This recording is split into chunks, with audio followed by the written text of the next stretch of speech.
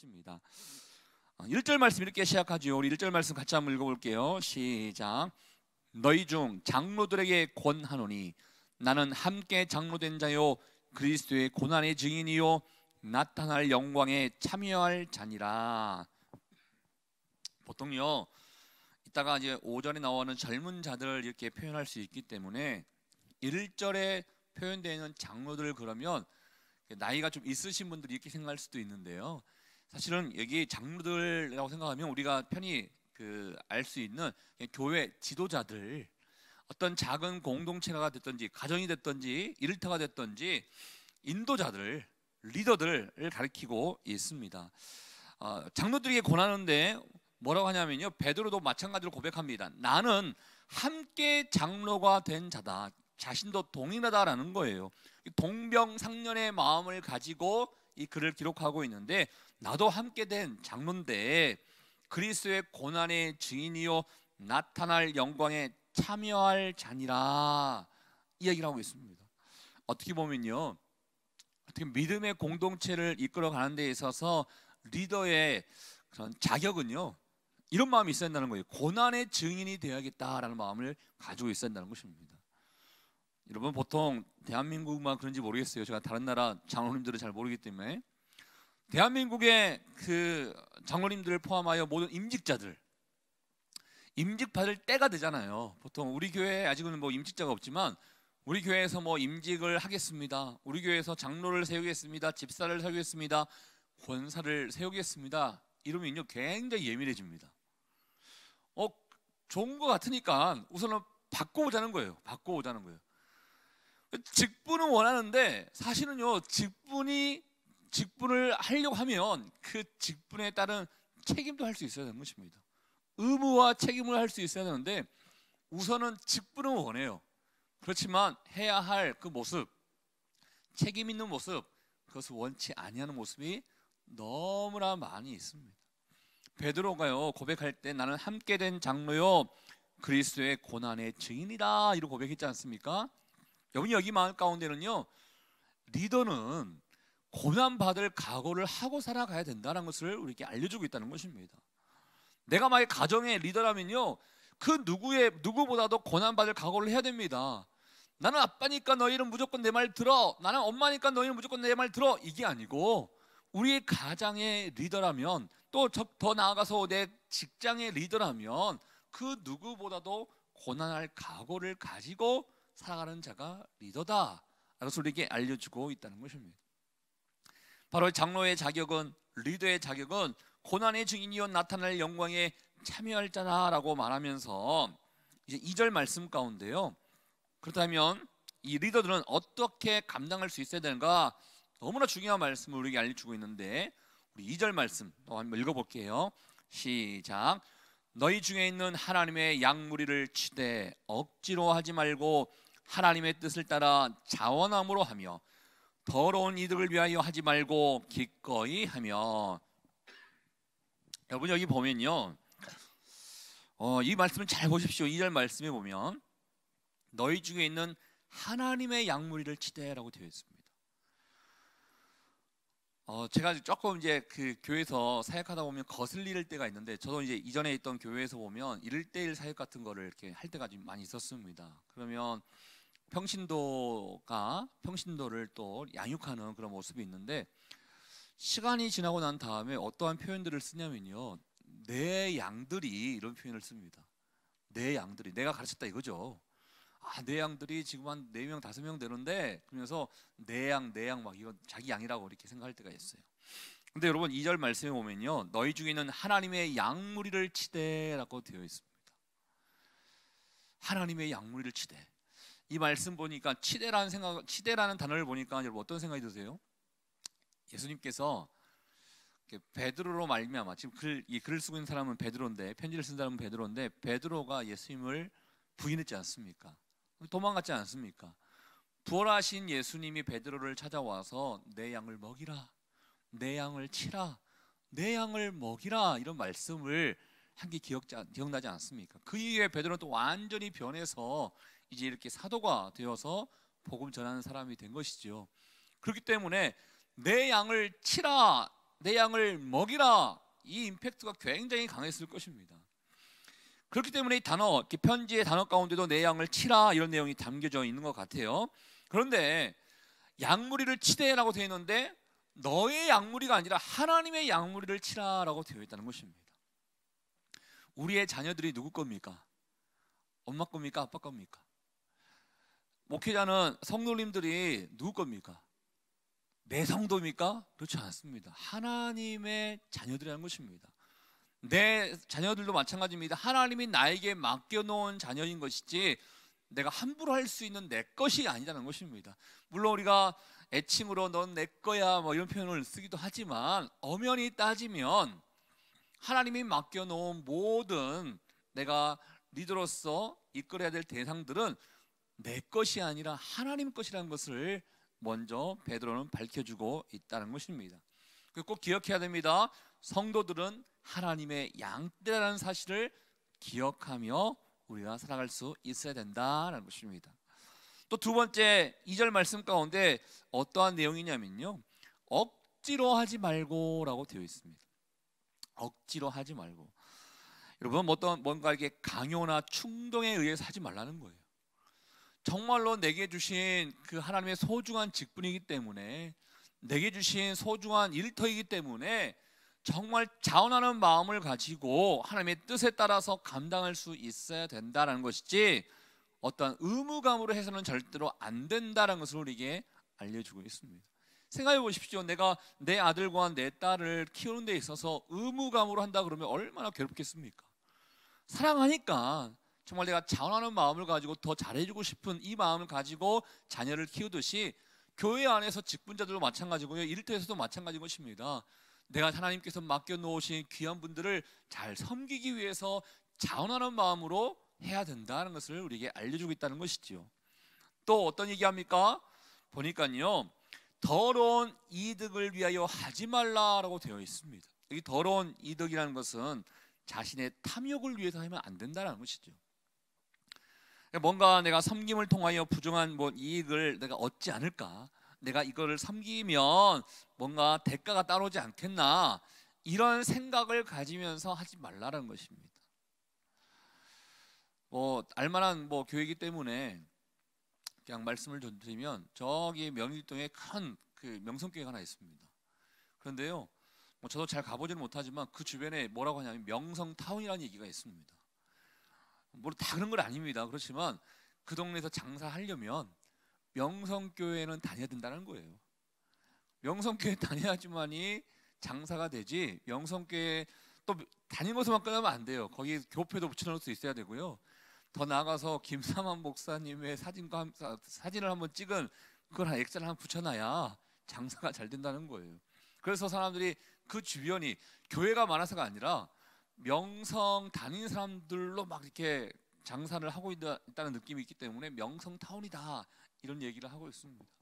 물론 우리가 신앙생활 하다 보니까 근처에서 장사할 수도 있습니다. 그렇지만 어떤 분들은요, 내가 장사 잘 되기 위해서 난 믿음 없어도 교회 등록하리라 이런 마음을 가지고 등록하신 분들도 있더라고요.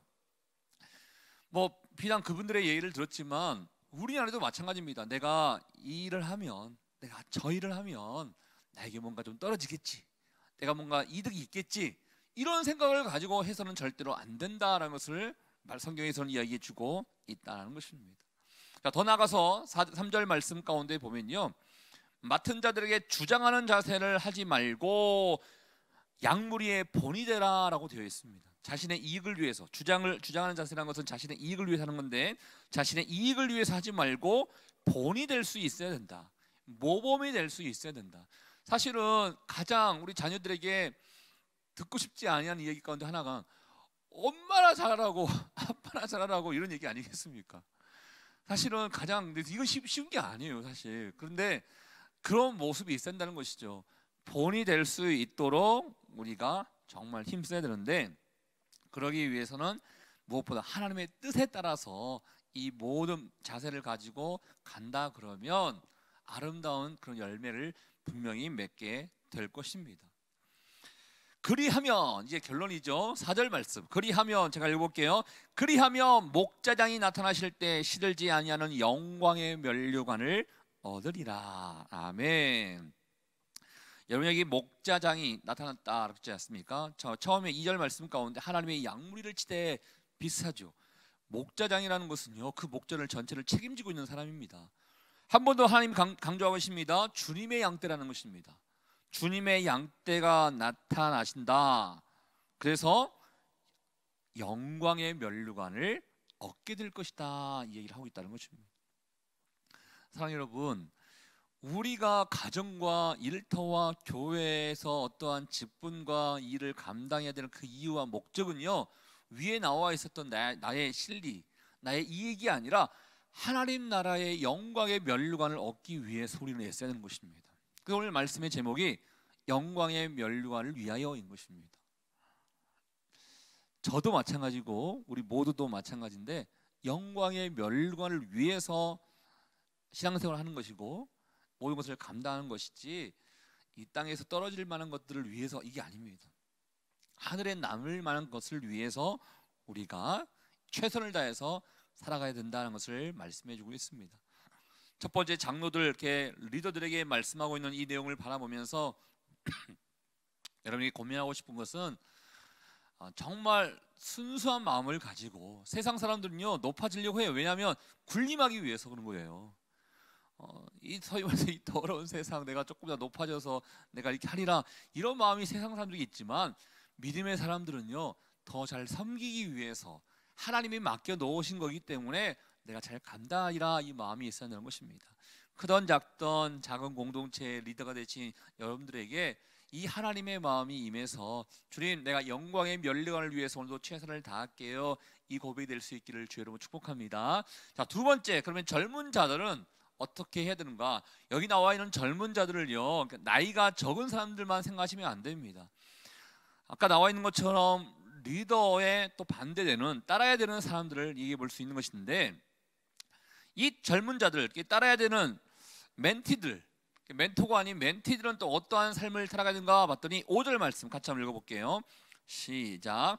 젊은 자들아, 이와 같이 장로들에게 순종하고 다 서로 겸손으로 허리를 동이라. 하나님은 교만한 자를 대적하시되 겸손한 자들에게는 은혜를 주시느니라. 아멘. 제가 가끔씩 젊은 친구들하고 대화하다 보면요, 안타까울 때가 있습니다. 뭐냐면 이런 얘기를 해요. 너 회사 생활 너무 힘들다고. 내 우리 팀장님은요, 저하고 너무 안 맞아요. 그래서 제가 너무 힘들어요. 우리 대표는, 우리 사장님은 저랑 너무 안 맞아서 힘들다고. 그럼 제가 두 가지가 생각이 납니다. 한 가지는요, 정말 당신의 입장에서, 제가 혼자 생각하는 거예요, 당신의 입장에서 좋은 리더를 못 만나서 참 마음이 아프구나, 안타깝구나 라는 생각도 있고요. 또 하나의 생각은요, 근데 현실적으로 팀장이 당신에게 맞춰야 되는 게 아니라, 당신이 어쨌든 간에 팀장과 대표에게 맞춰야 되는데 나랑 너무 안 맞다고 하면서 그렇게 힘들어하는 모습을 바라보면서, 저렇게 하면 계속 힘들 텐데 어찌됐든 간에 그 조직에 맞춰야 되는 것이고, 대표에게 맞춰야 되는 게 현실 아닐까라는 생각도 해보게 됐습니다. 여러분, 우리가 신앙생활 하는 데 있어서 우리의 대표는 누구입니까? 예수님입니다. 근데 우리가 신앙생활 하다 보면요, 예수님이 나랑 너무 안 맞아, 이렇게 생각할 수도 있어요. 왜냐하면 내가 이렇게 하면 당연히 이렇게 뭔가 은혜를 주셔야 되고, 뭔가 내가 삶 가운데 이렇게 하면, 뭐 봉사를 하던 교회를 열심히 나오던, 그러면 삶의 열매가 있어야 되는데 열매가 있지 않을 때 실망합니다. 직접적으로 그렇게 얘기하지 않지만 마치 나의 대표와 팀장과 나랑 맞지 않는 것처럼, 주님은 나랑 맞지 않아, 어떻게 내가 생각하는 대로 이렇게 역사를 이루어지지 않지? 이렇게 생각할 때가 있다는 것이죠. 여러분, 무엇보다도 멘티들은요, 그러니까 뭔가 이렇게 일을 해야 되는 위치에 있는 사람들은요, 첫 번째 덕목이 있는데 그건 순종입니다.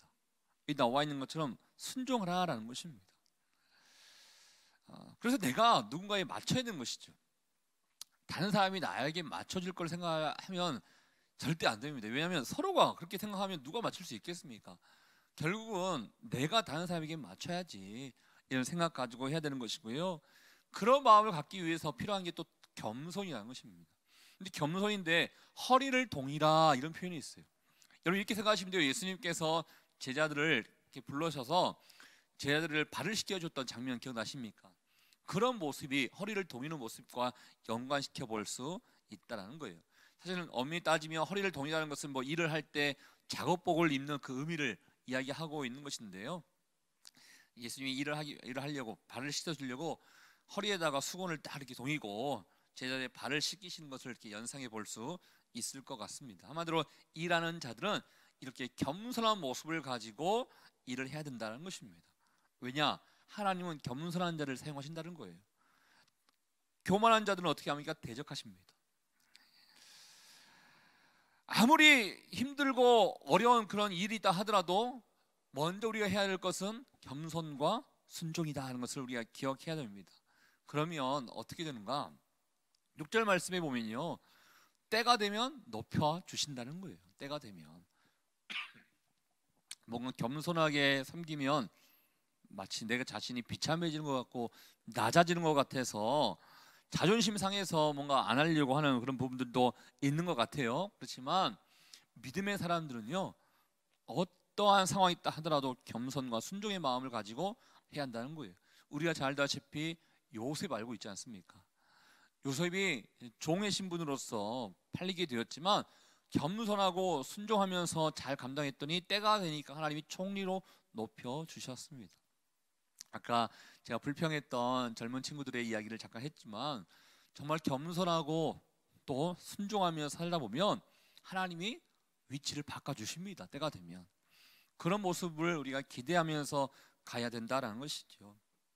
그렇다면 마지막 오늘 말씀의 결론, 겸손이 무엇인가? 그러면 일을 하다 보면 안 맞을 수도 있죠. 그렇지만 겸손은 무엇인가? 7절 말씀인데요, 7절 말씀 같이 한번 읽어볼게요. 시작. 너희 염려를 다 주께 맡기라. 이런 그가 너희를 돌보심이라. 아멘. 여러분 힘들고 어려울 때, 괴로움일 때, 와 나는 너무 안 맞아 라고 할 때 이 모든 염려를 다 하나님께 맡기라는 겁니다. 여러분 맡긴다는 것을 이렇게 여러분이 이해하시면 더 편할 수 있는데 던지라는 거예요. 던지라는 거. 그러면 내가 던지면 하나님이 받겠다는 것입니다. 내가 던지면 하나님이 받을 거니까 너희는 염려하지 말고 그냥 나에게만 던져. 그 염려를 해결할 수 있는 게 너가 아니라 나니까 나에게 맡기라 라고 하나님께서 말씀해주고 있다는 것입니다. 이게 겸손한 자의 모습입니다. 여러분 겸손하지 않고 교만한 자는요, 왜 맡겨? 내가 알아서 할게 이거예요. 아니 하나님 앞에 맡길 필요 없어. 내가 다 알아서 할 테니까, 나는 내가 알아서 할 테니까 걱정하지 마. 어떻게 보면요, 독립적인 사람일 수 있겠지만 교만한 사람입니다. 내가 염려가 있는데 당연히 내 염려를 내가 해결하지 못하니 하나님 앞에 던져야겠죠. 하나님이 맡겨주신다고 분명히 받아주시고 맡겨주신다고 말씀했기 때문에 겸손한 자는 나의 모든 염려를 하나님 앞에 맡길 수 있어야 한다는 것입니다. 이 맡긴다는 것은 어떻게 보면 하나님을 신뢰하는 우리의 신앙에서의 기본이 될 수 있는 것이고 출발이 될 수 있는 것 아니겠습니까? 저는 여러분의 모든 근심과 걱정을 다 주님 앞에 던지시길 바랍니다. 우리 주님이 던져, 내가 잘 받아줄게. 분명히 주님께서 여러분의 모든 걱정과 염려를 받아주실 줄 믿습니다. 사랑하는 여러분, 오늘 장로가 되던, 즉 리더가 되던, 아니면 밑에서 일하는 자가 되던 우리에게 사랑하면서 모든 것을 잘 감당해야 된다. 이 모든 것은 주님이 원하시는 거기 때문에 영광의 면류관을 얻기 위해서 잘 감당해야 된다. 그러기 위해서 더욱더 겸손해라, 더욱더 충성을 다해라, 이 얘기를 우리에게 하고 있습니다. 오늘 우리가 가정에서, 일터에서, 또 교회에서 많은 사람들과 관계를 맺으며 또 조직과 공동체를 이끌어 나가게 될 것인데요, 오늘 주신 짧은 말씀이지만 이 말씀에 담겨져 있는 하나님의 마음을 우리가 잘 새기면서 오늘도 최선을 다하여 하늘의 면류관을 위하여 달려갈 수 있는 저와 여러분 될 수 있기를 주의 이름으로 축복합니다. 우리 같이 한번 주신 말씀을 생각하며 함께 기도하도록 하겠습니다. 시간에 기도할 때요, 하나님, 내 안에 모든 인간적인 그런 생각들은 다 내려놓기를 원합니다. 혹시나 내가 어떤 위치에 있다고 하면 내가 군림하기 위해서 있는 것이 아니라 더 잘 섬기기 위해서 주님께서 주신 기회로 알고 감사함으로 또 겸손함으로 잘 관리하고 다스릴 수 있도록 인도해 주십시오. 또 하나님 아버지, 또 내가 일해야 되는 사람이다 그러면 순종하는 마음을 가지고 충성을 다하여 감당할 수 있기를 원합니다. 겸손하게 이 모든 것들을 감당한다면 때가 되어서 하나님이 높여주신다고 말씀하셨사오니 주님, 오늘도 주님께 모든 것을 맡기며 하늘의 면류관을 얻는 귀한 삶을 되기를 원하오니 인도하여 주시옵소서. 함께 오늘의 하루의 삶을 우리 주님께 의탁드리며 기도하며 나가도록 하겠습니다. 하나님 아버지, 오늘도 우리에게 말씀해 주셔서 주님 감사합니다. 거룩하신 성령이시여, 오늘도 우리에게 말씀해 주셨습니다. 우리의 일상생활 가운데 또 어떠한 삶을 살아가야 되는지 주님 말씀해 주셨습니다. 하나님, 힘들고 어려운 상황이 있다 하더라도 주님께 모든 것을 맡기기를 원합니다. 내가 어떠한 위치에 있다 하더라도 주님, 교만하지 않고 겸손히 사랑하며 순종하며 또 성실하게 잘 감당할 수 있는 하나님의 삶들 될 수 있기를 원하오니 하나님 나를 사용해 주시고 주님 인도하여 주시옵소서. 아버지께 감사와 영광을 돌려드립니다. 사랑과 충만하신 하나님 아버지, 오늘도 우리에게 말씀해 주셔서 주님 감사합니다. 주님은 우리에게 가정이 됐던 일터가 됐던 교회가 됐던 우리가 속한 모든 공동체가 좋은 공동체, 아름다운 공동체, 하나님의 영광을 드러내는 공동체가 되기를 원하시는 그 아버지의 뜻이 있음을 우리가 알게 됩니다. 하나님, 내가 어디에 속해 있든지 하나님의 기쁨이요 영광이 되기 위하여 더욱더 사랑하며 더욱더 겸손하게 충성을 다하며 섬기는 자 될 수 있도록 주님 인도하여 주시옵소서. 그러면 때가 되면 높여주실 것이고 때가 되면 하늘의 면류관을 우리에게 주실 줄 믿습니다. 나의 유익과 나의 이기적인 모습, 개인적인 모습을 위해서 살아가는 것이 아니라 하나님의 나라를 위해서 살아가는 자 될 수 있기를 원하오니 주님 우리 가운데 함께 해주시고 오늘 하루의 삶 가운데도 은혜를 더하여 주시옵소서. 새로운 한 주간이 시작됐습니다. 우리 사람 살리는 교회 식구들 하나님 보호해 주십시오. 여유간에 강건케 주님 붙잡아 주십시오.